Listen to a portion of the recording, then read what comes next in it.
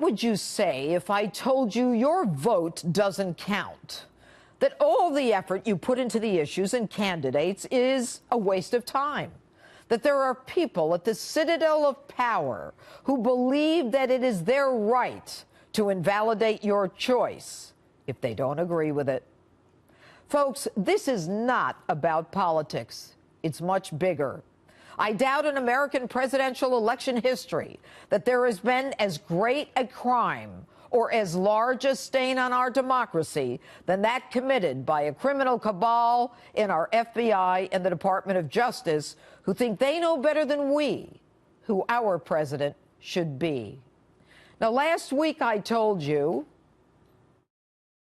it all started when Cardinal Comey destroyed our FBI with political hacks to set events in motion to destroy the Republic because they didn't like the man we chose to be our president.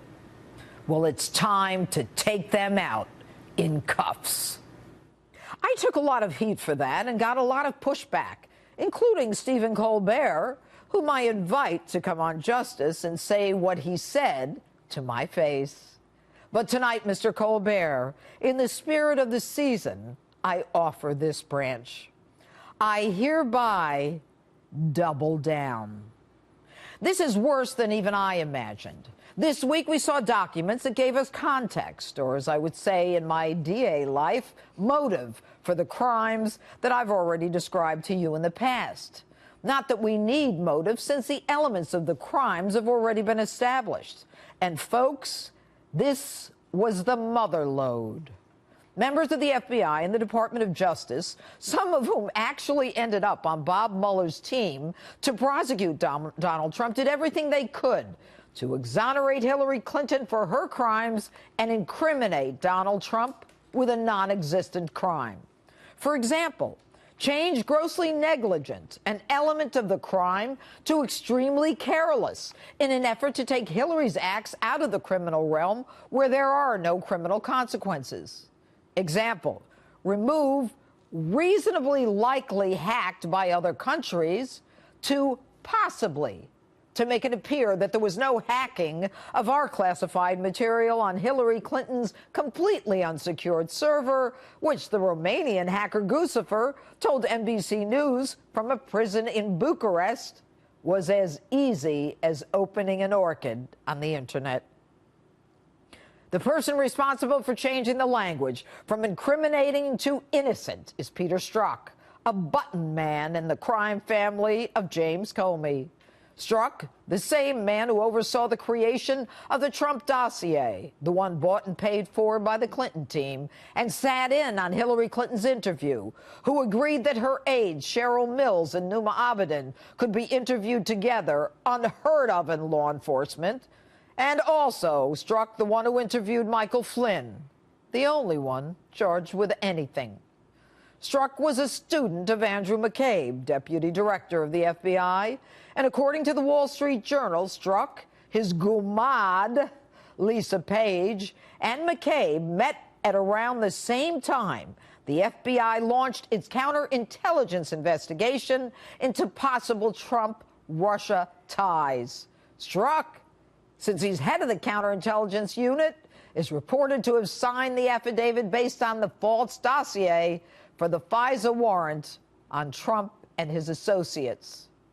Now, this crime family shows its motive and clear intent in August of 2016 when Soldier Strzok says in a text, "I want to believe the path you threw out for consideration in Andy's office," an apparent reference to Deputy FBI Director Andrew McCabe, that, back to quotes, "there's no way he gets elected, but I'm afraid we can't take that risk. It's like an insurance policy in the unlikely event you die before you're 40. Close quote. An insurance policy? The deputy director of the FBI, his deputy assistant director, and his girlfriend in the FBI legal department plotting a scheme in the unlikely event that Donald Trump gets elected? They're not willing to take the risk that will elect him, and so the conspiracy to interfere with the election of Donald Trump is hatched. And later, the deputy director and his gomad pay compliments to each other, saying they are both fortunate that they were meant to protect the country from that menace. Bruce Orr, Associate Attorney General, and his wife, their own little crime family. You'll recall Fusion GPS is the company that hired Christopher Steele with Hillary's money to create a false dossier on Donald Trump. The Associate Attorney General's wife actually works for Fusion GPS. And Orr arranges a meeting after the election. Now think about it. After the election with Fusion GPS, which could be for the purpose of covering his own tracks or to get their stories straight in case someone talks. There you have it, folks. The abbreviated version of a criminal cabal, like a crime family in the movies, except this time the FBI is the crime family. As with all crime families, the head needs to be someone who seems holier than thou. The FBI director under whom it all happened called behind his back Cardinal Jim Comey. His consigliere, Andrew McCabe, the lawyer making sure that his wife got Clinton cash to run for office and violating any statute that got in his way.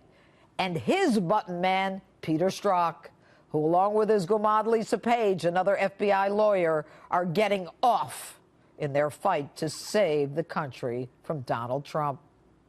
Sounds far-fetched, doesn't it? It's not.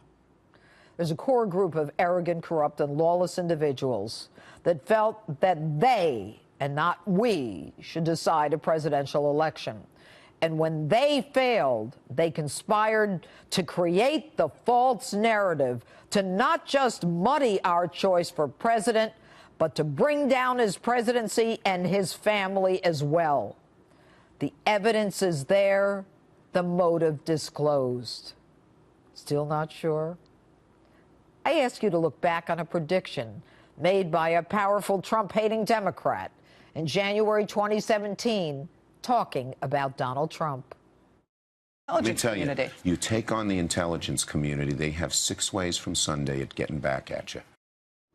The only thing that remains is whether we have the fortitude to not just fire these people immediately, but to take them out in cuffs. And that's my open. Tell me what you think on my Facebook, Twitter, and Instagram, #JudgeJeanine.